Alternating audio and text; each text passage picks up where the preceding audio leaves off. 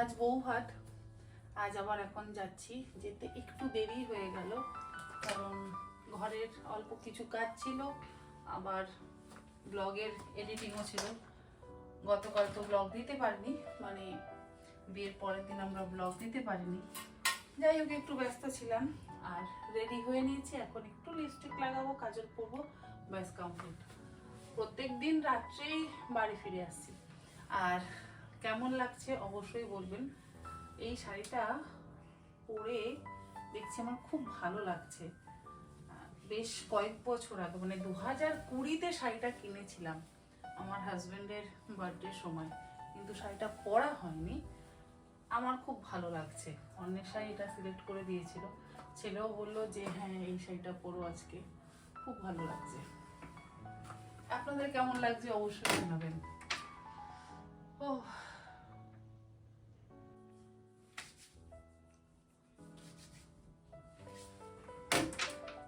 আমার মতন কম সময়ে মেকআপ মনে হয় কেউ করে না। 2-3 মিনিট একটু হাতে নিয়ে ঘষে নিই, লাইনার লাগাবো আর লিপস্টিক। হ্যাঁ, এটা হচ্ছে ব্লু লাইনার। এটা আমি ফরেস্ট এসেনশিয়াল থেকে কিনেছি। আমি ফরেস্ট এসেনশিয়ালের প্রোডাক্টগুলো ভীষণ পছন্দ করি। ব্লু লাইনার, ব্লু শাড়ি তাই একটু ব্লু লাইনার, ব্লু শাড়ি তাই একটু ব্লু লাইনার লাগাচ্ছি।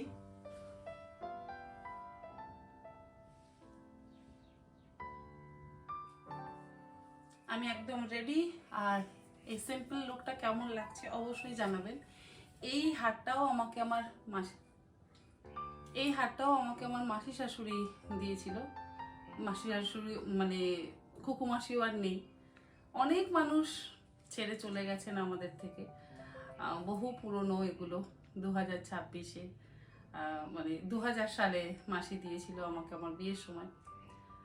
স্মৃতিগুলো রয়ে গেছে, তাদের জিনিসগুলো আমার কাছে রয়ে গেছে, কিন্তু মানুষগুলো আর নেই। যাকে যাই এখন কাঁচরাপাড়া, আবার ফিরবো রাত্রে। ছেলে পরে যাবে, ও একটু কাজ করছে, আমার এই এডিটিংয়ের কাজ করছে। আজকে বললাম তুই কর, কারণ আমার তা না হলে অনেক দেরি হয়ে যাচ্ছে। চলুন যাওয়া যাক কাঁচরাপাড়া।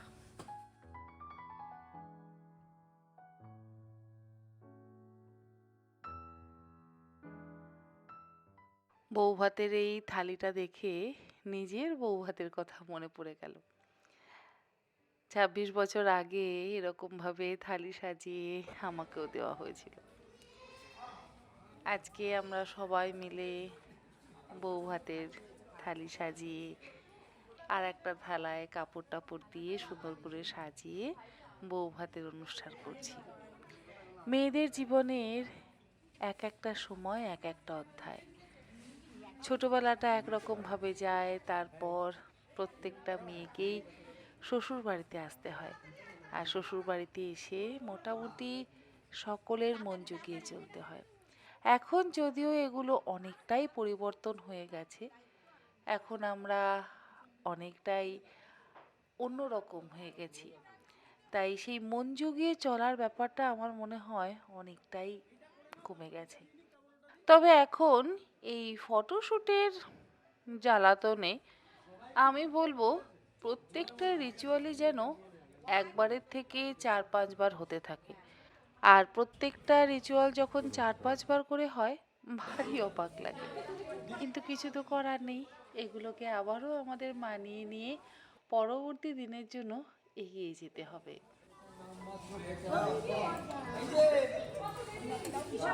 বাবু অল্প দে।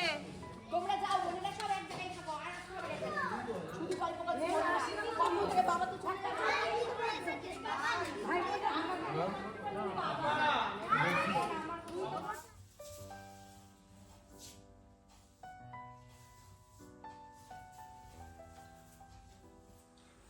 দুপুরের খাওয়া দাওয়া সেরে তারপরে বাড়িতে এসেছিলাম। বাড়িতে এসে একটু বিশ্রাম নিলাম, এবার আবার রেডি হয়ে যাব। 2 দিন হলো কল্যাণীতে আর আসাই হয়নি। তো আজকে এলাম, এসে এখন রেডি হয়ে বাবা মাও একসাথে যাবে। আমি না গেলে আমি জানি মা বলছে আমি আর যাব না। তো আমি আর হাজব্যান্ড দুজনে এলাম, ছেলে আসছে। তো এবারে সবাই একসাথে আবার যাব। বেশ ভালো লাগলো, সকলে মিলে ওখানে অনেকক্ষণ সময় কাটালাম। এবার সবাই যে যার সাজতে গেছে, আমি আমার বাড়িতে এলাম, বাড়ি থেকে রেডি হয়ে যাব। কারণ ওখানে আজকে বেশ অনেক লোকজন, আর অনেক লোকজনের মাঝে না ঠিক মতন যেন সাজগোজটা হয় না। যদিও আমি খুব একটা সেরকম সাজগোজ করি না, ওই হালকার উপরেই সাজি। তবুও ভাবলাম যে মায়ের কাছে আসি, একসাথে মিলে সবাই মিলে যাব। বাজে এখন রাত 1টা, এখনও চলছে ফটোশ্যুট, মানে একদম শেষ পর্যায়ের ফটোশ্যুট শুরু হয়েছে। আর বৌভাতের অনুষ্ঠান বা রিসেপশনের অনুষ্ঠান যেটাই আপনারা বলেন, সেটাও মোটামুটি একদম শেষ পর্যায়ে। আমি কোনো কিছুই ভিডিও করতে পারিনি।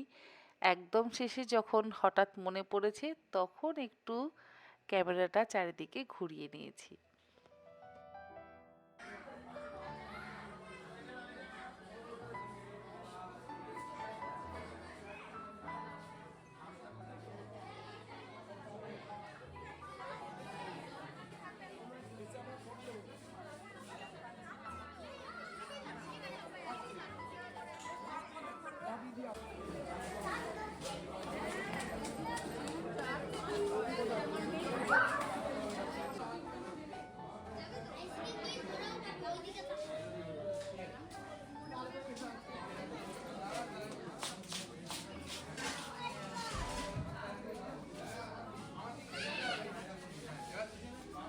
আজকের ব্লগটা আমি না যখন এডিট করতে বসলাম, আমি দেখলাম আমি ঠিকঠাক মতন সমস্ত কিছু ক্যাপচারই করতে পারিনি। আর কিছু দিয়েছিলাম আমার হাজব্যান্ডকে ক্যাপচার করবার জন্য। তো হয় ফোনের কোনো প্রবলেম হচ্ছে, তা না হলে হাজব্যান্ড ভুলে গেছে, তা না হলে আমি ভুলে গেছি। আসলে বাড়িতে বিয়ে হলে অনেক রকম কাজকর্ম তো থাকে। আর আমি এখনো পর্যন্ত সেই মানে ব্লগার হয়ে উঠতে পারিনি। আমি জানি না আমি কোনোদিন সেরকম লেভেলের ব্লগার হয়ে উঠতে পারবো কিনা। আসলে আপনারা আমাকে ভালোবাসেন বলেই কিন্তু আমি ব্লগগুলো আপনাদের সঙ্গে শেয়ার করি, না হলে না আমি ঠিক পারি না। ব্লগিং জিনিসটা আমার যেন ঠিক আসে না। তবুও আমি চেষ্টা করি সকলের ভালোবাসার জন্য, সকলে দেখতে পছন্দ করে বলে। যাই হোক, আমি খুব ছোট্ট কোনো রকমে একটা ব্লগ আপনাদের সঙ্গে আজকে শেয়ার করলাম। তো ভাবলাম আজকে কিছু প্রশ্নের উত্তর দেওয়া যাক। কারণ অনেকে তো অনেক প্রশ্ন আমাকে করেন, সকলের সব প্রশ্নের কিন্তু আমি ঠিক মতন উত্তর দিতে পারি না। লাভ রিয়াক্ট দিই, কাউকে কাউকে আমি উত্তর দিই, কাউকে কাউকে আমি উত্তর হয়তো দিয়ে উঠতে পারি না। তো সেই জন্য আমি ভাবলাম আজকে কিছু প্রশ্নের উত্তর দেওয়া যাক।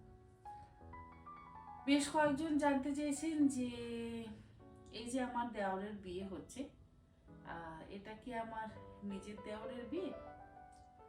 তো এখানে বলি, আমার হাজবেন্ড সিঙ্গেল চাইল্ড, মানে আমার কোনো দেওর ননদ ভাসুর কেউ নেই, একমাত্র ছেলে। তো স্বভাবতই এটা আমার নিজের দেওর নয়, আমার খুড়তুতো দেওর। এবারে বাবারা 10 ভাই বোন, 4 ভাই আর 6 বোন। তো 4 ভাই এবং 6 বোনের মধ্যে প্রত্যেকেরই 2, 3, একটা করে সন্তান। আর অনেকেরই তো বিয়ে হয়ে গেছে, মানে অনেক বলতে সকলেরই বিয়ে হয়ে গেছে। শেষে ছিল এই আমার দেওরের বিয়ে, মানে ছোট কাকার ছেলের বিয়ে। ছোট কাকারও একটাই ছেলে, ছোট পিসির যেমন একটাই মেয়ে, তারপরে বড় পিসির একটাই ছেলে, বেশিরভাগই একজন একজন করে। আমার হাজবেন্ডও একমাত্র ছেলে। তো ছোট কাকার ছেলের বিয়ে হলো, মানে এই জেনারেশনের বিয়ের পর্ব শেষ। এরপরে শুরু হবে নেক্সট জেনারেশনের বিয়ে, যেমন আমার ছেলেকে দিয়ে শুরু হবে। আর নেক্সট জেনারেশনের মধ্যেও রয়েছে 3 জন। এক হচ্ছে আমার হাজবেন্ড, যার একটা ছেলে। দ্বিতীয় হচ্ছে আমার জ্যাঠা শ্বশুরের ছেলে। তার একটি মেয়ে, আর তারপরে এই সদ্য যার বিয়ে হলো তার সন্তান যখন হবে তখন জানতে পারবো ছেলে না মেয়ে। নেক্সট জেনারেশনে এখনো পর্যন্ত দুজন আছে, পরবর্তীতে আরো একজন যোগ হবে। মানে একটা অনেক বড় পরিবার, সেটা আস্তে আস্তে কিন্তু ছোট হয়ে আসছে। আর সেজ কাকা অবিবাহিত, সেজ কাকা বিয়ে করেননি, তো সেই জন্য 3 জ্যাঠা কাকারই সন্তান আছে। এরপরে আসি বিয়ের দিন। আমি গায়ে হলুদে বালতি করে মাথায় জল ঢালছিলাম। মঞ্জুলিকা আমাকে প্রশ্ন করেছে যে কলসি করে তো জল ঢালতে হয়, বালতি করে কেন? অবশ্যই কলসি করে জল ঢাললেই দেখতেও ভালো লাগে এবং সেটাই এতদিন করা হয়েছে। তো কাকিমার কাছে যে কলসিটা আছে সেই কলসিটা অসম্ভব ভারী। একে তো কেউ জল ঢালতে নারাজ, কারণ সকলেই ফটোশুটে একটু ব্যস্ত। তা আমি বললাম ঠিক আছে, জলটা না হয় আমিই ঢালবো। তো জল ঢালার জন্য রয়েছে বালতি, যেহেতু কলসি অসম্ভব ভারী আর জল দিয়ে সেই কলসিটা হয়ে যাচ্ছে আরো ভারী, তো সেই কলসি তোলার ক্ষমতা আমার হয়নি। তো বালতি করেই জল ঢালতে হয়েছে। আর যে কোনো রিচুয়ালসে আজকাল এত ফটোশুট হয় যে আমরা নিজেরাই বিরক্ত হয়ে যাচ্ছি, যে মানে বিভিন্ন রকম অ্যাঙ্গেল থেকে বিভিন্ন রকম ভাবে ফটো তোলা হচ্ছে। পাত্রপাত্রীও অবশ্যই বিরক্ত হয়ে যাচ্ছে। তবে এটাই বলবো যে এটাই থাকে, যেটা আমাদের সময় ছিল না, আমাদের নেই। আমাদের সাধারণ কেউ কেউ হয়তো ফটোগ্রাফার দিয়ে তুলিয়েছেন ফটো, কিন্তু আমার বিয়েতে আমার ভাই বোনেরাই যা ফটো তুলে দিয়েছে তাইতেই কিন্তু সেই ফটোগুলো এখনো পর্যন্ত আমরা অ্যালবামে সাজিয়ে রেখেছি। এবং আমাদের সময় না সেরকম কোনো অ্যালবামও আমরা করতাম না। ওই বিয়েতে যে অ্যালবামগুলো পেতাম সেই অ্যালবামের মধ্যেই কিন্তু নিজেদের তোলা ছবিগুলোকে একদম সুন্দর করে সাজানো থাকতো, এবং এখনো পর্যন্ত সেটাই আছে। তো এখন তো যুগ বদলেছে, তো সেই জন্য নানান রকম ফটোশুট হচ্ছে। তারপরে আসি বিয়ের দিন। বেশ কয়েকজন বলেছে যে বিয়ের কোণে এত কথা বলছে, বিয়ের কোণে যদি একটু শান্ত এবং চুপচাপ থাকে সেটাই ভালো লাগে।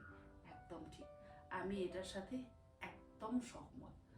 আমার যখন বিয়ে হয়েছিল আমি তো মানে আগের দিন থেকে তো কান্নাকাটি শুরু করেই ছিলাম, এবং বিয়ের দিন যখন গায়ে হলুদের তত্ত্ব এসছে তখনও কাঁদছি, যখন আশীর্বাদ হচ্ছে তখনও কাঁদছি, সবসময় মানে আমার চোখে জল ছিল।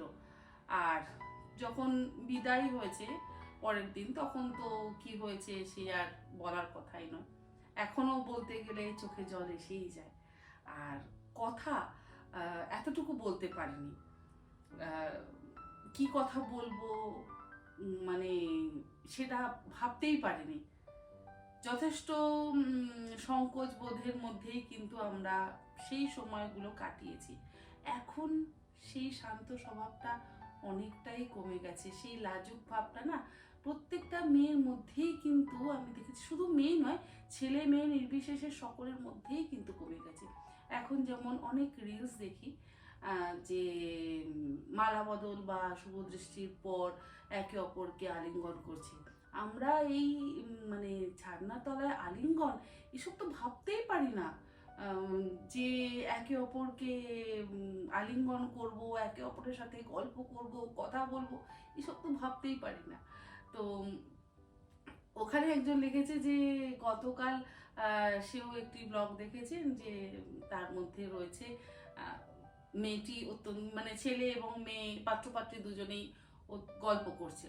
হ্যাঁ, এখন না সেই লাজুক ব্যাপারটাই যেন অনেকটা চলে গেছে, সকলে খুব সুন্দর ফ্রিলি সবকিছু করছে।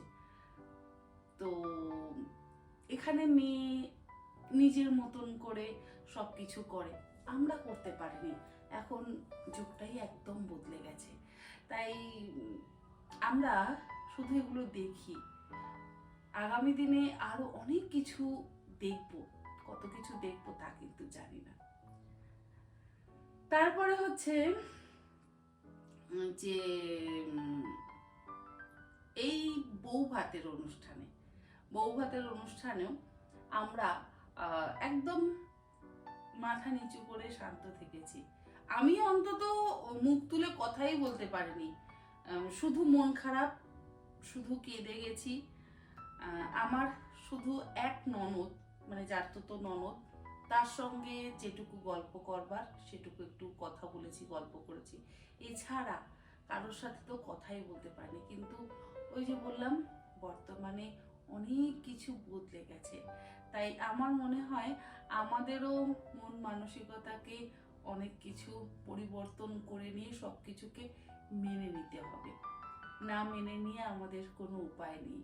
যদি আমরা না মেনে নিই তাহলে আমাদেরকেই হয়তো নানান রকম তির্যক কথায় বিদ্ধ হতে হবে। তো সেই তির্যক কথার মধ্যে দিয়ে না গিয়ে সব কিছুকে মেনে নিয়ে আগামী দিনে এগিয়ে চলাই আমার মনে হয় ভালো। জানি না কতটা ঠিক বললাম, কতটা ভুল বললাম, কতটা সকলে আমার সাথে সহমত হবেন, সকলের ঠিক লাগলো কিনা, ভালো লাগলো কিনা বলতে পারবো না। আমি আমার মতন করে বললাম, অনেকে তাদের নিজেদের মতন করে ভাবেন। যাই হোক, বেশ অনেকগুলো কথাই বললাম। ছোট্ট একটা বউ ভাতের ক্লিপ আমি আপনাদের সঙ্গে শেয়ার করলাম, আর বেশ কিছু কথা বললাম। এই করেই আজকের ভিডিওটা শেষ করছি। আগামীকাল থেকে আবার আমার ঘরোয়া ব্লগ আসবে। চেষ্টা করব আপনাদের সাথে আমার রোজকার রোজ নামচা শেয়ার করতে। ভালো থাকবেন সবাই।